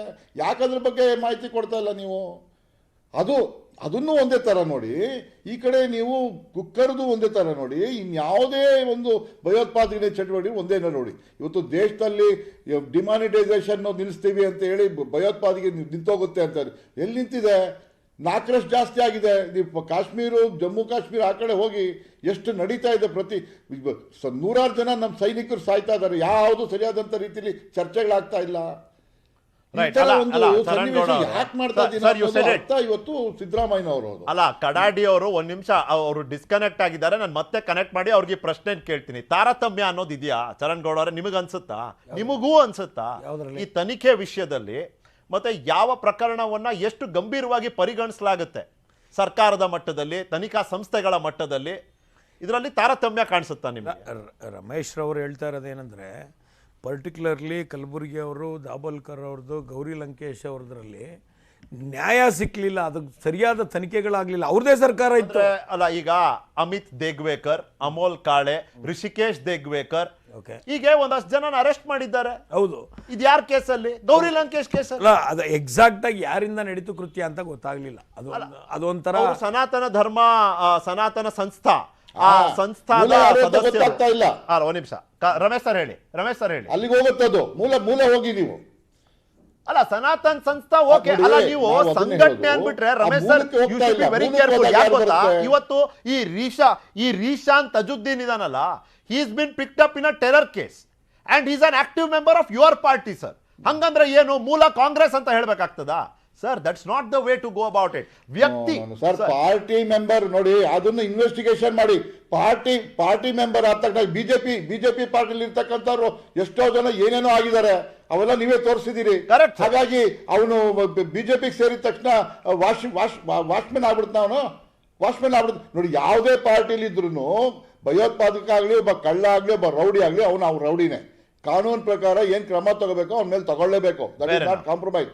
ಆದರೆ ಇಲ್ಲಿ ನನ್ನ ಪ್ರಶ್ನೆ ಏನು ಅಂದರೆ, ನೀವು ಕೆಲವು ಪ್ರಕರಣಗಳನ್ನ ಮೂಲಕ್ಕೆ ಹೋಗ್ತಾ ಇಲ್ಲ. ಮೂಲಕ್ಕೆ ಹೋದ್ರೆ ನೀವು ರಿಸೋರ್ಸ್ ಎಲ್ಲಿಂದ ಇದೆ, ಅದ್ರ ಸೋರ್ಸ್ ಏನು, ಅದರ ಮೂಲ ಪುರುಷರು ಯಾರು ಅನ್ನೋದು ಗೊತ್ತಾಗುತ್ತೆ. ಆದರೆ ನೀವು ಅಲ್ಲರಿಗೂ ಹೋಗೋದೇ ಇಲ್ಲ. ಅಲ್ಲಿ ನೀವು ಪ್ಲಾಂಟ್ ಮಾಡ್ತೀರಿ. ಆ ಪ್ಲಾಂಟ್ ಮಾಡತಕ್ಕಂಥ ಸಂದರ್ಭದಲ್ಲಿ ನೀವು ಕೆಲವು ಈ ತನಿಖೆಗಳನ್ನ ದಾರಿ ತಪ್ಪಿಸ್ತಕ್ಕಂಥದ್ದು, ಇಂಟರ್ವೆನ್ಷನ್ ಆಗುವಂಥದ್ದು ಆಗ್ತಾ ಇದೆ. ದಟ್ ಈಸ್ ಸಿದ್ದರಾಮಯ್ಯ ಅವರ ಒಂದು ಆ ಹೇಳಿಕೆ ಹೇಳುತ್ತಷ್ಟೇ. ಹಾಗಾಗಿ ನೀವು ಎಲ್ಲವನ್ನು ಒಂದೇ ರೀತಿ ನೋಡಿ. ಕಾನೂನಲ್ಲಿ ಸಿದ್ದರಾಮಯ್ಯ ಅವರು ಹೇಳಿ, ಯಾವ ಧರ್ಮದವರಾದ್ರೂ ಅವ್ರಿಗೆ ಶಿಕ್ಷೆ ಆಗ್ಬೇಕಷ್ಟೇ. ಬರೀ ಸನಾತನ ಸಂಸ್ಥಾ ಅವ್ರು ಕೊಂದಿಲ್ವಾ ಅಂತ ಕೇಳ್ಬಿಟ್ಟು ಮೊಹಮ್ಮದ್ ಶಾರಿಕ್ ಪ್ರಕರಣ ಬಂದಾಗ ಅಯ್ಯೋ ಅವನೇನೋ ತಪ್ಪು ಮಾಡ್ಬಿಟ್ಟ ಅನ್ನೋ ತರ ಮಾತಾಡ್ಬಿಟ್ರೆ ಇಲ್ಲಿ ತಾರತಮ್ಯ ಇರೋದು ಹೇಳಿಕೆ. ಇಳುವಿನಲ್ಲಿ ಇರೋದು ಇಲ್ಲಿ ತಾರತಮ್ಯ. ಎರಡು ಸಮಾಜದ ಒಂದು ಸ್ವಾಸ್ಥ್ಯವನ್ನ ಕೆಡಿಸೋ ಅಂತ ಎರಡು ಮನಸ್ಥಿತಿಗಳು ಏನಿದ್ದಾವೆ, ಎರಡನ್ನೂ ಖಂಡಿಸಬೇಕು. ಹೋಗ್ತಾ ಇಲ್ಲ, ಎರಡು ಖಂಡಿಸ್ಬೇಕು. ಸಿದ್ದರಾಮಯ್ಯ ಅವರು ಯಾವಾಗ್ಲೂ ಎಕ್ಸ್ಟ್ರೀಮ್ ಬಿಡ್ರಿ. ಅವ್ರು ಯಾವತ್ತು ಸನಾತನ ಧರ್ಮನ ಬೈಯಕ್ಕೆ ಹೋಗಿ ಇಲ್ಲಿರೋರ್ನೆಲ್ಲ ಹೊಗಳುತ್ತಾರೆ, ಅದು ತಪ್ಪೋದು. ಕುಕ್ಕರ್ ಬ್ಲಾಸ್ಟ್ ಅಲ್ಲಿ ಏನಾಗಿದೆ, ಆ ಪ್ರಕರಣದಲ್ಲಿ ಯಾರ್ಯಾರಿದ್ದಾರೆ ಅವ್ರಿಗೆ ಏನ್ ಶಿಕ್ಷೆ ಆಗ್ಬೇಕು. ಗೌರಿ ಲಂಕೇಶ್ನವರು ಕೊಲೆ ಕೇಸ್ನಲ್ಲಿದ್ದವರು ಅಥವಾ ದಾಬೋಲ್ಕರ್ ಕೊಲೆ ಕೇಸ್ನಲ್ಲಿದ್ದವ್ರಿಗೂ ಅದೇ ಶಿಕ್ಷೆ ಆಗ್ಬೇಕು. ಕಾನೂನು ನಡಿನಲ್ಲಿ ಕಾನೂನು ಏನ್ ಹೇಳುತ್ತೆ ಪ್ರತಿಯೊಬ್ಬರಿಗೂ ಆಗ್ಬೇಕು. ಇವನು ಸನಾತನ್ ಸಂಸ್ಥಾವನು, ಇವನನ್ನ ಗಲ್ಲಿಗೇರಿಸ್ರಿ. ಇವನ್ ಸನಾತನ್ ಸಂಸ್ಥಾವನಲ್ಲ, ಇವನನ್ನ ಬರೀ ಜೈಲಿಗೆ ಹಾಕ್ರಿ. ತಪ್ಪು. ಇದು ಯಾವತ್ತೂ ಇದು ಆಗ್ಬಾರ್ದು ಈ ದೇಶದಲ್ಲಿ. ಎಲ್ಲಾ ಧರ್ಮದಲ್ಲೂ ತಪ್ಪುಗಳಾಗಿದೆ, ಎಲ್ಲಾ ಧರ್ಮದಲ್ಲೂ ಮಿಸ್ಟೇಕ್ಗಳಾಗಿದೆ. ಹಂಗಂತ ಬರೀ ಒಂದು ಧರ್ಮನ ದೂರ ಅಂತದ್ದು ಸಿದ್ದರಾಮಯ್ಯನವ್ರ ತಪ್ಪು ಹೇಳಿಕೆ. ಅದು ಇಲ್ಲಿ ಸಮಾಜವನ್ನ ಕಾಡುವಂತ ಎರಡು ವಿಷಯವನ್ನ ಚರ್ಚೆಗೆ ತಗೊಂಡಿದ್ದೀವಿ. ಭಯೋತ್ಪಾದನೆ ಅನ್ನೋದು ಇಲ್ಲಿವರೆಗೂ ಮಾತನಾಡಿದ್ದೀವಿ. ಇದರ ರಾಜಕೀಕರಣದ ನಕಾರಾತ್ಮಕ ಪರಿಣಾಮಗಳು ನಮ್ಮ ಮೇಲೆ, ನಮ್ಮೆಲ್ಲರ ಮೇಲೆ ಹೇಗಿರುತ್ತೆ ಅನ್ನೋದು ಒಂದು ಝಲಕಲ್ಲಿ ಇಲ್ಲಿ ತೋರಿಸಿದ್ದೀವಿ ಚರ್ಚೆ ಮೂಲಕನೇ. ಇನ್ನು ವಿ ಎಂ ನಾಯಕ್ ಅವರೇ, ಧನ್ಯವಾದ ನಿಮ್ಮ ಸಮಯಕ್ಕಾಗಿ. ಎರಡನೇ ಚರ್ಚೆ ವಿಷಯಕ್ಕೆ ಹೋಗ್ತೀನಿ, ಬ್ರೇಕ್ ನಂತರ ಅದನ್ನು ತಗೋತೀನಿ. ಎಲೆಕ್ಷನ್ನಿಗೆ ಕಲೆಕ್ಷನ್ ನಡೀತಾ ಇದೆಯಾ ಅನ್ನೋ ಪ್ರಶ್ನೆ ನಮ್ಮ ಮನಸ್ಸಲ್ಲಿ ಮೂಡ್ಬಿಡ್ತಾ? ಇದಕ್ಕೆ ಕಾರಣವಾದ್ರೂ ಏನು? ಒಂದಷ್ಟು ಘಟನೆಗಳಿದ್ದಾವೆ, ಒಂದಷ್ಟು ಉಲ್ಲೇಖಗಳಿದ್ದಾವೆ. ಈ ಉಲ್ಲೇಖಗಳು ಮತ್ತು ಈ ಘಟನೆಗಳು ಏನಿದೆ ಇಲ್ಲಿ ಒಂದಕ್ಕೊಂದನ್ನು ನಾವು ಸೇರಿಸ್ಬೇಕಾ? ಸೇರಿಸದೆ ಇರೋದಾದರೂ ಹೇಗೆ? ಬರೀ ಕಾಕತಾಳೀಯ ಅಂತ ಬಿಟ್ಬಿಡ್ಬೇಕಾ? ಬ್ರೇಕ್ ನಂತರ ಟು ದ ಪಾಯಿಂಟ್. ನಿನ್ನೆಯ ಮತ್ತೊಂದು ಪ್ರಕರಣ ಬೆಳಕಿಗೆ ಬಂದ ನಂತರ ನಮ್ಮ ಮನಸ್ಸಲ್ಲಿ ಮೂಡುವಂಥ ವಿಷಯ, ವಿಧಾನಸೌಧದಲ್ಲಿ ಕೊಡೋದು ತಗೊಳ್ಳೋದು ಅಷ್ಟು ಸಹಜನ, ಅಷ್ಟು ನಾರ್ಮಲ್ ಆಗಿಬಿಟ್ಟಿದೆಯಾ ಅಂತ. ಅಂದರೆ ಆಗಿದೆಯಾ ಅನ್ನೋ ಪ್ರಶ್ನೆ ಮಾತ್ರ ಬರುತ್ತೆ. ಇಲ್ಲಿ ಕೊಡಕ್ಕೆ ಬಂದ್ರ, ತೊಗೊಳಕ್ಕೆ ಬಂದ್ರ, ಕೊಟ್ಟೋರು ಯಾರು, ತೊಗೊಳೋರು ಯಾರು, ಕೊಟ್ಟೋರು ಅಥವಾ ಕೊಡಕ್ಕೆ ಬಂದವ್ರು ಯಾರು ಅನ್ನೋ ಪ್ರಶ್ನೆಗೆ ಉತ್ತರ ಬಹುಶಃ ಸಿಗ್ಬೋದೇನೋ. ಆದರೆ ತೊಗೊಳೋರು ಯಾರಿದ್ರು ಅನ್ನೋ ಪ್ರಶ್ನೆಗೆ ಇನ್ನೂ ಉತ್ತರ ಸಿಗಲಿಲ್ವಲ್ಲ. ಇದೆಲ್ಲದರ ನಡುವೆ ಮತ್ತೊಂದು ಪ್ರಶ್ನೆ, ಇದು ಎಲೆಕ್ಷನ್ನಿಗಾಗಿ ಕಲೆಕ್ಷನ್ನ ಅನ್ನೋ ಪ್ರಶ್ನೆ. ಈ ಪ್ರಶ್ನೆನ ನಾವು ಮಾತ್ರ ಕೇಳ್ತಿರೋದು BJPಯ ಎಲ್ಲ ರಾಜಕೀಯ ವಿರೋಧಿ ಪಕ್ಷಗಳು. ಸಿದ್ದರಾಮಯ್ಯನವರು ಆ ಪ್ರಶ್ನೆಗೆ ಒಂದಷ್ಟು ಪುಷ್ಟಿಯನ್ನು ನೀಡಿದ್ದಾರೆ. ಯಾವ ಇಲಾಖೆಯ ಅಧಿಕಾರಿ ಸಿಕ್ಕಾಕೊಂಡ ಅಂದರೆ ಒಂದಷ್ಟು ದುಡ್ಡು ಜೊತೆ ಸಿಕ್ಕಾಕೊಂಡ ಅಂದರೆ ಅದು ಒಂದು ರೀತಿಯಲ್ಲಿ ನೆಗೆಟಿವ್ ಆಗ್ಬೋದು. ಬಟ್ ಯಾರ ಬಳಿ ಆ ದುಡ್ಡಿದ್ದು ಪತ್ತೆ ಹಚ್ಚಲಾಯಿತು, ಅದೇ ಇಲಾಖೆಯ ಸಚಿವರು ಕೂಡ ಆ ಸಂದರ್ಭದಲ್ಲಿ ವಿಧಾನಸೌಧದಲ್ಲಿ ಇದ್ದಿದ್ದು ಕೇವಲ ಕಾಕತಾಳೀಯನ? ಕೇಳೋಣ ಇಬ್ಬರ ಹೇಳಿಕೆ. ಇಂಜಿನಿಯರು ಕೆಲಸದಲ್ಲಿರೋರು ವಿಧಾನಸೌಧಕ್ಕೆ ದುಡ್ಡು ತಗೊಬಂದವನೇ ಅಂದರೆ ಏನು ಅರ್ಥ? 10 ಲಕ್ಷ ರೂಪಾಯಿ ನಾನು ಯಾರಿಗೂ ಮಂತ್ರಿ ಕೊಡಕ್ಕೆ ತಗೊಬಂದಿರಬೇಕು, ಇಲ್ಲ ಮುಖ್ಯಮಂತ್ರಿ ಕೊಡಕ್ಕೆ ತಂದಿರ್ಬೋದು ಅಂತ ಇನ್ಫರೆನ್ಸ್ ಅಷ್ಟೇ. ನಿಜ ಇರ್ಬೋದು, ಸುಳ್ಳು ಇರ್ಬೋದು. ಇಂಜಿನಿಯರ್ ಯಾಕೆ ಬರ್ತಾನೆ ದುಡ್ಡು ತಗೊಂಡು ವಿಧಾನಸೌಧಕ್ಕೆ? ಇಲ್ಲ ಟ್ರಾನ್ಸ್ಫರ್ಗೆ ಬಂದಿರಬೇಕು, ಇಲ್ಲ ಯಾವುದಾದ್ರು ಕೆಲಸದಲ್ಲಿ ಲಂಚ ಕೊಡಕ್ಕೆ ಬಂದಿರಬೇಕು ಅಲ್ವಾ ಅಂತ ಇನ್ಫರೆನ್ಸ್ ಡ್ರಾ ಮಾಡ್ಬೋದು ಅಷ್ಟೇ. ವಿರೋಧ ಪಕ್ಷದ ನಾಯಕರಿಗೂ ಕೊಡಕ್ಕೆ ಹೋಗಿರ್ಬೋದು ಅಂತ ನಾನು ಹೇಳ್ಬೋದಲ್ಲ. ಬರಿಬೇಡ್ರಿ, ಆದ್ರೆ ಹಂಗಾಗಿ ಹೇಳಕ್ಕೆ ಆಗಬಾರ್ದು. ಹೊರಗೆ ಸಿಕ್ಕಿದ್ದು ಅದು ವಿಧಾನಸೌಧದ ಔಟ್ಸೈಡ್ ಸಿಕ್ಕಿದ್ದು. ದುಡ್ಡು ಕೊಡ್ಬೇಕಾದ್ರೆ ವಿಧಾನಸೌಧಕ್ಕೆ ವಿಕಾಸಸೌಧಕ್ಕೆ ಬಂದು ಯಾಕೆ ಕೊಡಬೇಕು? ಮನಿ ಇದೆ, ಹೊರಗೆ ಜಾಗ ಇದೆ, ಅಲ್ಲಿ ಕೊಡ್ಬೋದಲ್ಲ. ಎನ್ಕ್ವೈರಿ ನಡೀತಾ ಇದೆ. ಈ ಅವನ ಗೆಲ್ತ ಹಣಕ ಅವನ ದುಡ್ಡಿಗಾಗಿ ಸರಿಯಾದ ದಾಖಲೆ ಕೊಡ್ಲಿಕ್ಕಂದ್ರೆ ಕಾನೂನು ಪ್ರಕಾರ ಏನು ಕ್ರಮ ಆಗಬೇಕು ಆಗತ್ತೆ. ಅಲ್ಲ, ಅಲ್ಲೊಂದು ಆ್ಯಕ್ಚುಲಿ ಒಂದು ಕಾಮನ್ ಸೆನ್ಸ್ ಪ್ರಶ್ನೆ ಇದೆ ಚರಣ್ ಅವರೇ. ಕೊಡೋದೇ ಆದರೆ ತೊಗೊಳ್ಳೋದೇ ಆದರೆ ವಿಧಾನಸೌಧಕ್ಕೆ ಯಾಕೆ ಹೊರಗಡೆ ಅಷ್ಟು ಜಾಗ ಇತ್ತಲ್ಲ ಅನ್ನೋ ಒಂದು ಭಾಳ ಲಾಜಿಕಲ್ ಪ್ರಶ್ನೆನ ಸಚಿವರು ಕೇಳಿದ್ದಾರೆ. ಆದರೆ ಈರಣ್ಣ ಕಡಾಡಿ ಅವರು ದೂರವಾಣಿ ಸಂಪರ್ಕದಲ್ಲಿದ್ದಾರೆ ನಮ್ಮ ಜೊತೆ. ಈರಣ್ಣ ಕಡಾಡಿ ಅವರೇ, ಇದು ಮೊದಲನೇ ಬಾರಿ ಅಲ್ಲ. ಕೆಲವೇ ವರ್ಷಗಳ ಹಿಂದೆ 1.9 ಕೋಟಿ, ಹತ್ತತ್ರ 2 ಕೋಟಿ ಕ್ಯಾಶಲ್ಲಿ ಒಬ್ಬ ಲಾಯರ್ ಕೈಲಿ ಸಿಕ್ಕಿತ್ತು. ಅವತ್ತಿನ ದಿನ ಕೂಡ BJPಯದ್ದೇ ಸರ್ಕಾರ. ಅಂದರೆ ವಿಧಾನಸೌಧದಲ್ಲಿ ಸಾರ್ವಜನಿಕರ ಪರವಾಗಿ ನಾನು ಕೇಳ್ತಿದ್ದೀನಿ, ಇದೇನಿದು ಕೊಡೋದು ತಗೊಳ್ಳೋದು ನಡೆದು ಬಿಡುತ್ತಾ ಅಷ್ಟು ಸುಲಭವಾಗಿ ಅಂತ? ಕಡಾಡಿ ಅವ್ರಿಗೆ ನನ್ನ ಧ್ವನಿ ಕೇಳ್ತಿದ್ಯಾ? ಹಾ, ಕೇಳ್ತಾ ಇದೆ ನಿಖಿಲ್ ಅವರೇ. ಅಲ್ಲ, ಈ ದುಡ್ಡೇನ್ ಸಿಕ್ಕಿದೆ 10 ಲಕ್ಷ? ಹೇಳಿ ಕಡಾಡಿ ಅವ್ರು ಹೇಳಿ. ಕೇವಲ ಬಿಜೆಪಿ ಇದ್ದಾಗ ಮಾತ್ರ ಅಂತ ಅನ್ನುವಂಥದ್ದು ಇದು ತಪ್ಪು ಕಲ್ಪನೆ. ಹಿಂದೆ ಪುಟ್ಟರಂಗ ಶೆಟ್ಟಿ ಅಂತ ಹೇಳಿ ಕಾಂಗ್ರೆಸ್ಸಿನ ಸರ್ಕಾರ ಇದ್ದಾಗ, ಸಿದ್ದರಾಮಯ್ಯನವ್ರ ಮುಖ್ಯಮಂತ್ರಿ ಇದ್ದಾಗ ಕೂಡ 28 ಲಕ್ಷ ರೂಪಾಯಿ ಸಿಕ್ಕಿತ್ತು. ಈ ರೀತಿಯಾದಂತಹ ಹಲವಾರು ಘಟನೆಗಳು ನಡೆದಿದ್ದಾವೆ.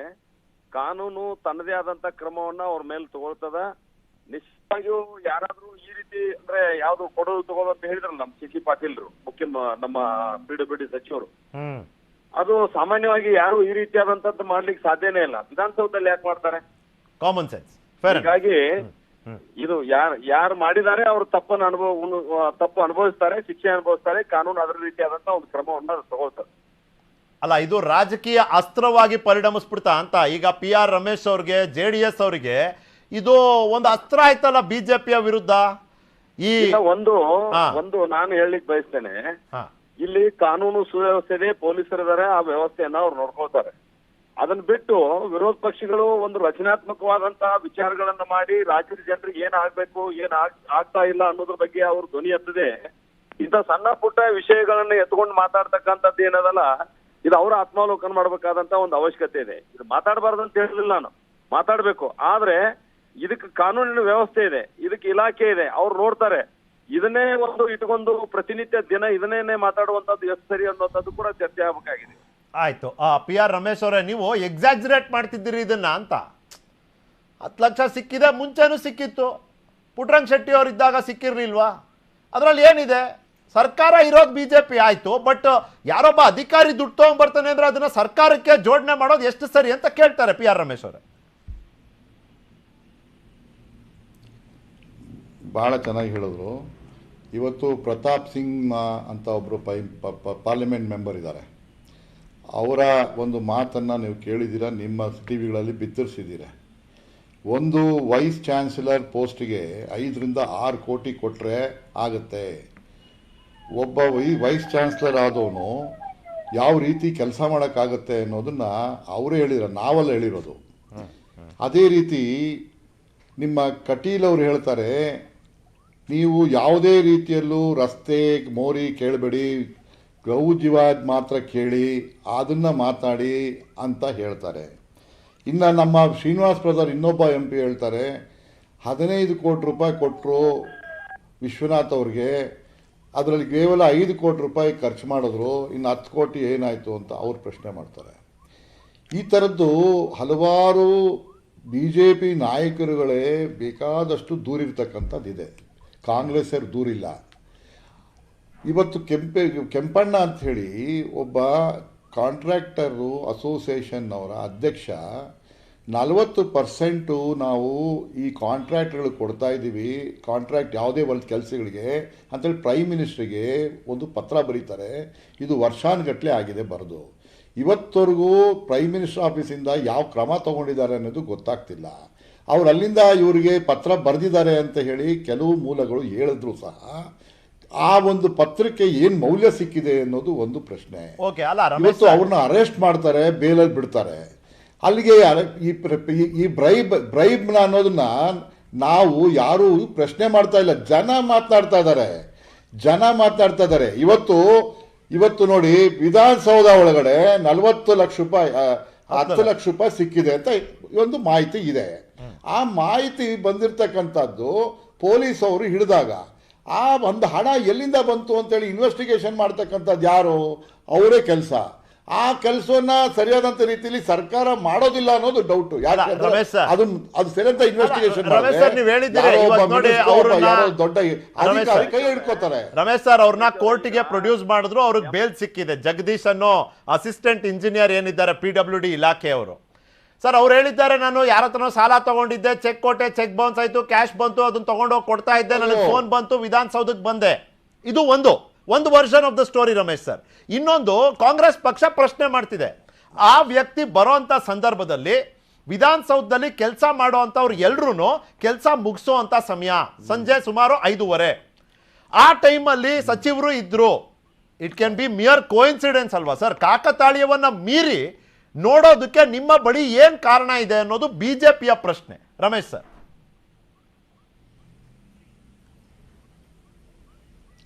ನೋಡಿ, ಇವತ್ತು ಅವರು 10 ಲಕ್ಷ ರೂಪಾಯಿ ತಗೊಂಬಂದಿರೋದು ಅವ್ರ ಬೇಲ್ ಸಿಕ್ಕಿದೆ ಅಷ್ಟೇ.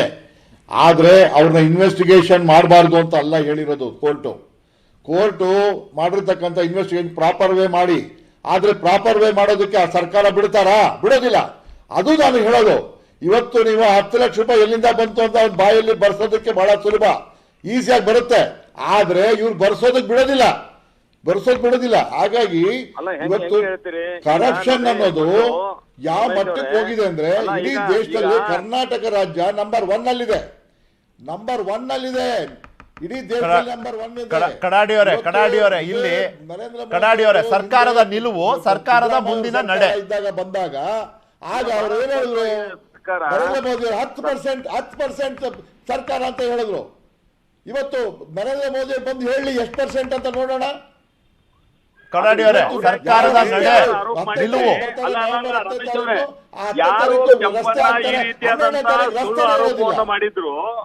ಯಾರು ಕೆಂಪಣ್ಣ ಅನ್ನೋಂಥವ್ರು ಸುಳ್ಳು ಆರೋಪ ಮಾಡಿದ್ರು, ಅವ್ರ ಹತ್ರ ಏನು ದಾಖಲೆನೇ ಇಲ್ಲ.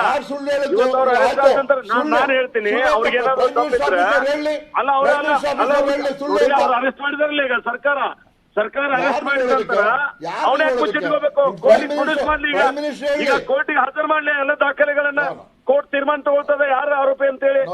ಅವ್ರ ಹತ್ರ ಏನು ದಾಖಲೆ ಇಲ್ಲ. ಹಿಟ್ ಅಂಡ್ ರನ್ ಕೇಸ್ ಮಾಡ್ತಕ್ಕಂಥದ್ದು ಕೇವಲ ಚುನಾವಣೆ ಉದ್ದೇಶಿಸಿಕೊಂಡೇ ನೀವು ಈ ರೀತಿಯಾದಂತಹ ಆರೋಪ ಮಾಡುವಂಥದ್ದು ಬಿಡೋದಿಲ್ಲ. ಇದರಲ್ಲಿ ನೀವ್ ಹೇಳ್ತಾ ಇದೀನ ನೋಡಿ, ಒಂದು ಮೊನ್ನೆ ಪೊಲೀಸ್ ಭರ್ತಿ ಮಾಡತಕ್ಕಂಥ ಚರ್ಚೆ ಆದ್ರೆ ಬಹಳ ದೊಡ್ಡ ವ್ಯಕ್ತಿಗಳೆಲ್ಲ ಸಿಕ್ಕಾಕೋತಾರೆ. ಕೋಟಿ ನೋಡ್ರಿ, ನಿಮ್ಮ